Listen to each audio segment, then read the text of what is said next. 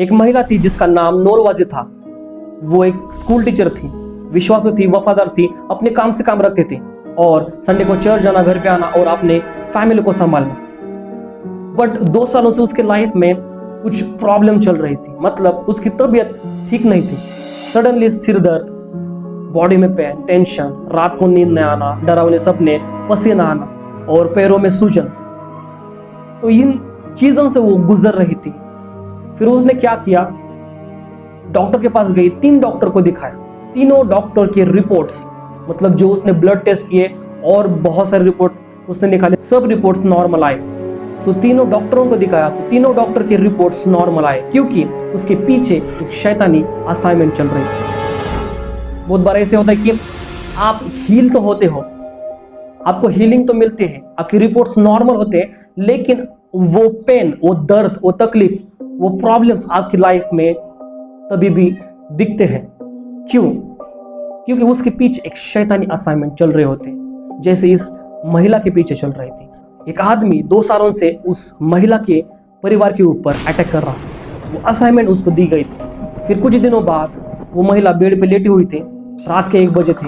वो सोच रही थी, उसके मन में विचार चल रहे थे कि बच्चों का, उनके फ्यूचर का कैसे होगा, पैसे कहाँ से आएंगे, जॉब कैसे चलेगी, क्या बिजनेस करें। तभी उसके अंदर एक बेचैनी होने लगती है। उसे लगता है कि मुझे कोई तो बाइबल पढ़ने के लिए खींच रहा है या फिर प्रेयर के लिए कोई तो बुला रहा है। तो तभी भी वो इग्नोर करती है। वो बेचैनी और बढ़ने लगती है और जैसे वो बेचैनी बढ़ने लगती है तो वो महिला अपना बाइबल लेके उस बेड के ऊपर बैठती है। तो जो वो नया नियम पढ़ रही थी, सडनली वो भजन संहिता 68 में जाते हैं, साम 68। और जैसे वो पहला वचन जोर से पढ़ते हैं तो जो आदमी 2 सालों से उसके ऊपर अटैक कर रहा था, उसके बॉडी के ऊपर सडनली एक फायर, एक आग गिरती है परमेश्वर के लिए। और वो आदमी शॉक होता है। क्यों? क्योंकि 13 सालों में उसके लाइफ में उसने पहली बार ऐसा एक्सपीरियंस किया कि कोई तो शक्ति उस आदमी की शक्ति को कमजोर कर रही है। मतलब जो भी उसने बांधा था, स्ट्रॉन्ग होल्ड, जो भी स्टेप बाय स्टेप उसने जो भी दीवार खड़ी की थी, वो ढलना शुरू होती है। उसको दिखता है कि उसके जो अटैक्स हैं वो फेल होना शुरू हो गए हैं। और जैसे वो 4थे वचन में पहुंचते हैं कि परमेश्वर की स्तुति करो, उसकी महिमा करो, तो जो मॉनिटरिंग स्पिरिट होती है, जो उसके ऊपर नजर रख रही होती है, उसके कनेक्शन ब्रेक होना शुरू होते हैं।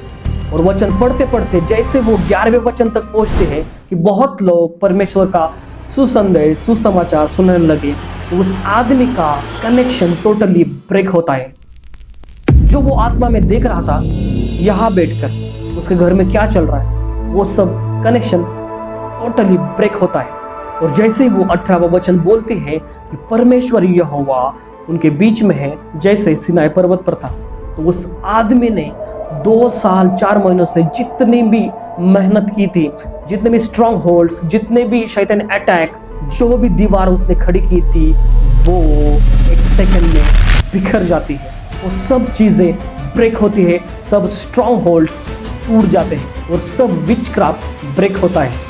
और उसका असर ये होता है, अगले दिन से वो महिला ठीक होना शुरू होती है और 1 हफ्ते में वो पूरी तरीके से ठीक होती है।